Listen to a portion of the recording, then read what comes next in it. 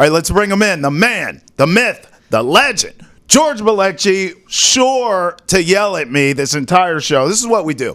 I've noticed on every show we watch, because you know we do 1,000 together, George. Pretty much. Every show we watch, we do together. We generally start off agreeing, and then it unfolds in the arguments, and then you tell me you are just loud and wrong, Travis. Welcome to the program. You end up not listening.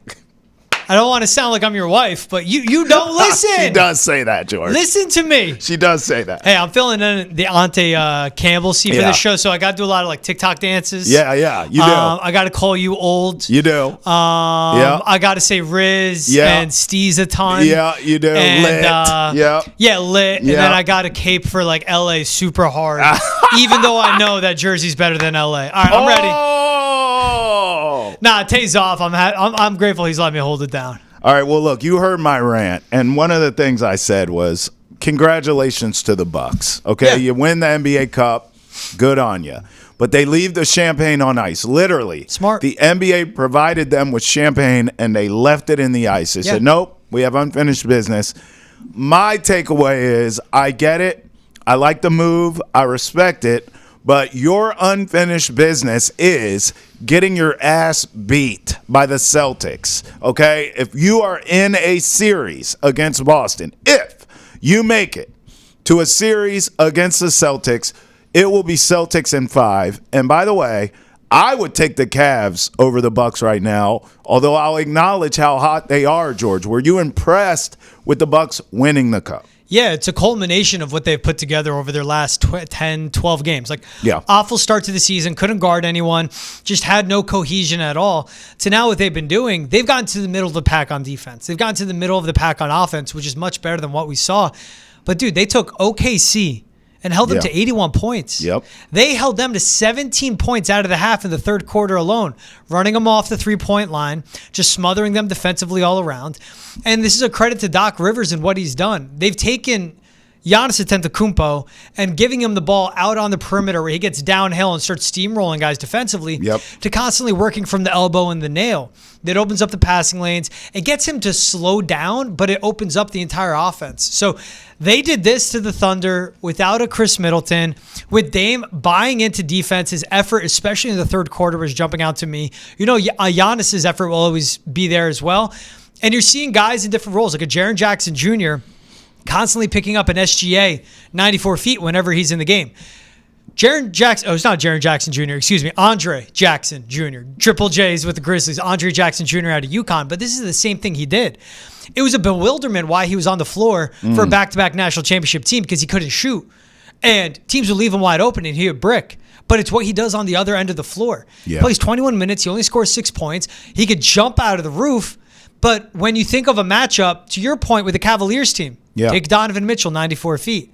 With the Celtics team, take Drew Holiday or Derek White, 94 feet. Now the Celtics have so many ball handlers, that's where they have an advantage, and so do the Thunder. Right. But he can match up and take the guy that really runs the offense out of the game. Tatum does that. Jaylen Brown does that. The Celtics have those layers.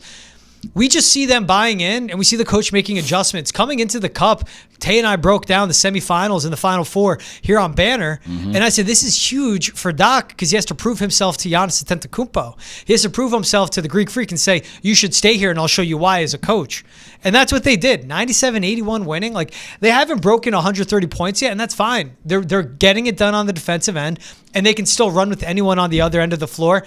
And I loved them keeping the champagne corked. Yeah, I do too. It's the same of in Major League Baseball, like when a team gets into the playoffs, they're popping bottles.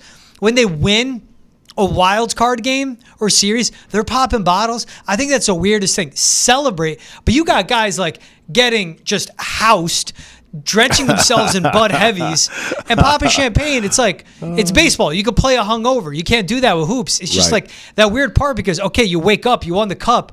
Well, 28 other teams in the league weren't playing in that Cup. They don't give a damn. They're still in the regular season grind. You got to turn around. Exactly right. Look, the thing with the Bucks, I agree with you, the buy-in on defense. Doc's doing a fine job. And you know where I'm going here because I always say this. Sometimes it isn't about the X's and the O's. It's about the Jimmys and the Joes. And what that means is I don't care how good of a job Doc's doing coaching this team. I don't care that he has buy-in on the defensive end. They have 2 guys. That's it. Yeah. They have Giannis and Dame. Yep. Their next leading scorers are Bobby Crazy-Eyed Portis and Brook Lopez. Like, you're not going to beat the Celtics in a 7-game series. It should be noted, this is the hottest team in the league right now, the Milwaukee Bucks. And right now, currently, remember, they got off to a slow start, like a lot of teams out east. Right now, they're at the 5th seed if the playoffs were to start today, George. I'm telling you, I'm here to tell you, I don't really see them much higher than that. They could be a 4 seed. I believe the Celtics will be the 1, but if you told me the Cavs were the 1 seed, I wouldn't be shocked by that. Mm-hmm. And so in some order, Celtics, Cavs, 1 and 2, and then the Knicks at 3. I don't see this Bucks team being better than any of those teams. Forget a 7-game series. Even in the regular season, I'm saying. They're ceiling, right? So if you're a 4 seed, okay, then you host against who? The Magic or whoever, the Heat or whatever. Yeah. But so maybe you win that first round matchup because we know they lost in the playoffs last season because of Giannis and Dame's health. So assuming you're healthy, you're a top 4 seed in the East, you're still not beating any of those teams. I would even look, Giannis is so great, maybe Giannis and Dame could will them to a win in a series against the Knicks. I wouldn't bet on that. I'd still bet on the Knicks, but I damn sure do not believe they can beat the Cavs or the Celtics. I think this is, at best, George, the 4th best team in the East. As constructed, yes.